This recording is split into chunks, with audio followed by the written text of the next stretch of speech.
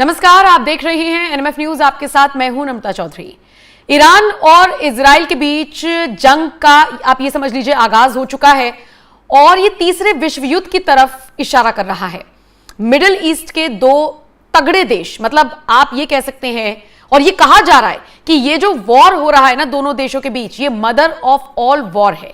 यानी अगर अब तक आपको लगता था कि इजराइल हमास के बीच हुआ तो निश्चित तौर पर इजराइल मजबूत है, रशिया यूक्रेन के बीच वॉर हुआ तो भले ही यूक्रेन सरवाइव कर गया और अब हालात ऐसे हो गए कि यूक्रेन की तरफ से सोचिए रशिया पर ड्रोन अटैक कर दिए गए। लेकिन जब शुरुआती दौर में यह अटैक हुआ तो सबको पता था कि जो रशिया है वो मजबूत है।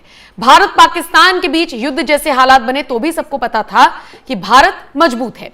लेकिन इन दो देशों में जब वॉर की स्थिति बनी है ना, तो ये मानकर चलिए कि दोनों देश मजबूत हैं और सिर्फ ये मान लेना कि इजराइल एक तरफा कार्रवाई करेगा पूरी तरीके से गलत होगा। हालांकि इजराइल ने अब इस युद्ध को छेड़ तो दिया है, ईरान के एयरबेस पर हमला करने की जानकारी भी दी है, दावा भी किया है, लेकिन दूसरी तरफ ईरान की तरफ से भी बैकफायर किया गया है। खबर यह मिल रही है कि ईरान ने 7 बैलिस्टिक मिसाइलें दागकर इजराइल को भी बड़ी क्षति पहुंचाने की कोशिश की है। आप ये मानकर चलिए कि जिस तरीके से इजराइल की तरफ से अटैक हुआ, इसमें ईरान के टॉप कमांडर्स मारे गए, बड़े बड़े लोग मारे गए और खबर तो यह भी मिल रही है कि वो न्यूक्लियर साइंटिस्ट जो न्यूक्लियर बम पर काम कर रहे थे उनको उनके परिवार के समेत खत्म कर दिया गया इस अटैक में। अच्छा, इसके अलावा कई आम लोगों की भी मौत की खबर सामने आ रही है। हालांकि इसकी ऑफिशियल अभी तक पुष्टि नहीं हुई है, लेकिन अगर इजराइल की तरफ से तेहरान में अटैक किया गया, तबाही मचाई गई, तो ईरान चुप बैठने वालों में से तो है नहीं। और हुआ भी यही, जिस सुबह इजराइल की तरफ से हमला हुआ उसी रात को यानी बीती रात ईरान ने भी बैलिस्टिक मिसाइल दागकर तेल अवीव के पास के इलाकों को नेस्तनाबूद करने की कोशिश की। इजरायली मीडिया इस बात को एक्सेप्ट कर रहा है, इजरायली पुलिस इस बात को एक्सेप्ट कर रही है कि एक इजरायली महिला की मौत इसमें हुई है। लेकिन अब बहुत सारे लोग ये बात जानना चाहते हैं कि दोनों देशों में प्रॉपरली जब जंग होगी, जब दोनों तरफ से बैक टू बैक मिसाइलें दागी जाएंगी, तो कौन किस पर हावी होगा, कौन ज्यादा ताकतवर साबित होगा। आज हम आपको ग्राफिक्स के जरिए यही समझाने की कोशिश करेंगे कि चाहे जमीन के लिहाज से हो, चाहे हवा के लिहाज से हो, चाहे समुद्र के लिहाज से हो, कौन कितना भारी है, कौन किस पर ताकतवर पड़ने वाला है। और ये सवाल इसलिए भी उठ रहे हैं और इसीलिए इसे मदर ऑफ ऑल वॉर कहा जा रहा है। और ये सवाल इसलिए उठ रहे हैं क्योंकि ईरान को भी कोई छोटा मोटा देश समझने की कोशिश ना करे। ईरान मजबूत है, दोनों ही मिडिल ईस्ट के बहुत मजबूत देश हैं और इनके पीछे अपने अपने सहयोगियों का सपोर्ट भी है। अब कौन ताकतवर है ज्यादा, आइए ग्राफिक्स के जरिए ये समझने की कोशिश कीजिए। सबसे पहले अगर जमीन पर लड़ाई होती है तो कौन आगे होगा, ये मैं आपको बताने की कोशिश करती हूं। जमीन पर हुई लड़ाई तो कौन आगे रहेगा। इजराइल के पास कुल 1,70,000 सक्रिय सैनिक हैं, जिसमें 4,65,000 रिजर्व सैनिक और 35,000 अर्धसैनिक बल हैं। अच्छा, इसके अलावा ईरान की सेना में 6,10,000 सक्रिय सैनिक हैं, जबकि लगभग 3.5 लाख रिजर्व सैनिक और 2,20,000 अर्धसैनिक बल हैं।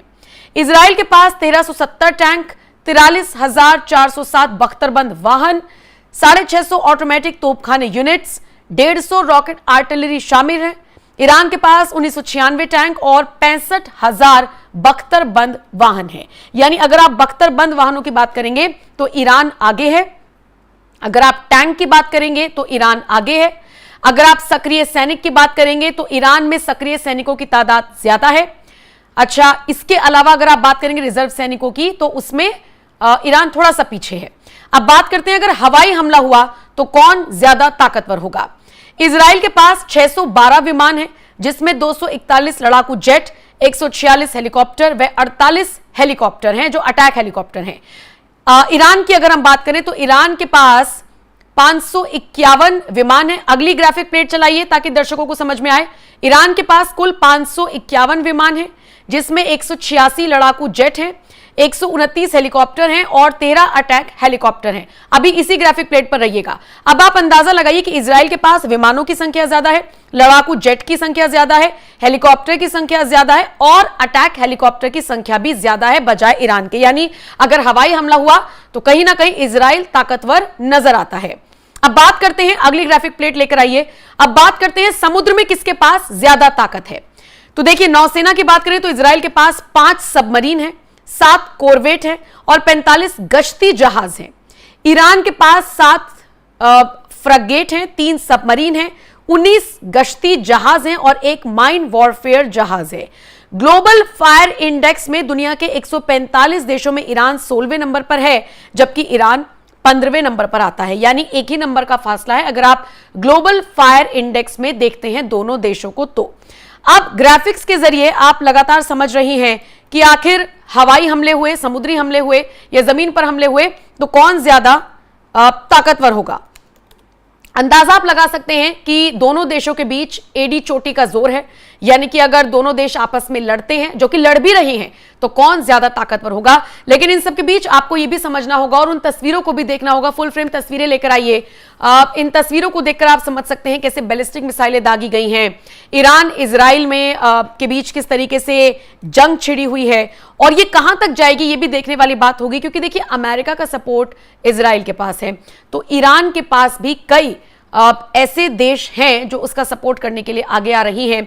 लेकिन इन सबके बीच आपको यह भी देखना होगा कि अमेरिका हमेशा से प्रॉक्सी वॉर लड़ता रहा है। अमेरिका फ्रंट फुट पर कभी नहीं खेलता है और अब जब बारी आई है इजराइल और ईरान के बीच जंग की, तो यहां भी अमेरिका तो बचता हुआ नजर आया, लेकिन वो तो जगजाहिर तब हुआ जब इजराइल की तरफ से जो प्रधानमंत्री हैं बेंजामिन नेतन्याहू, उन्होंने ये कह दिया कि हम ट्रंप का शुक्रिया अदा करते हैं। मुझे लगता है आपको इस बयान को सुनना चाहिए। नेतन्याहू ने क्या कुछ कहा है, जरा सुनिए और फिर इस वीडियो को यहीं खत्म करते हैं। बताइएगा आपके हिसाब से आप इस खबर को लेकर क्या राय रखते हैं। और ईरान और इजराइल की ताकत को आपने समझ लिया, अब आपकी राय कमेंट कर हमें जरूर बताइएगा। Those weapons, nuclear weapons, to its terrorist proxies, that would make the nightmare of nuclear terrorism all too real. The increasing range of Iran's ballistic missiles would bring that nuclear nightmare to the cities of Europe and eventually to America. Remember, Iran calls Israel the small Satan. It calls America the great Satan.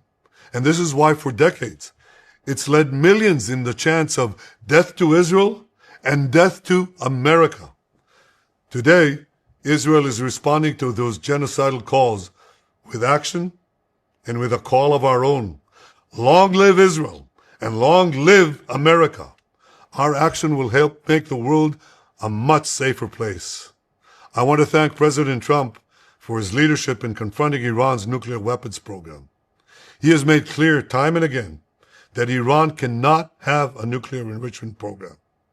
Today, it is clear that Iran is just buying for time. It refuses to agree to this basic requirement of peaceful nations. That is why we have no choice but to act.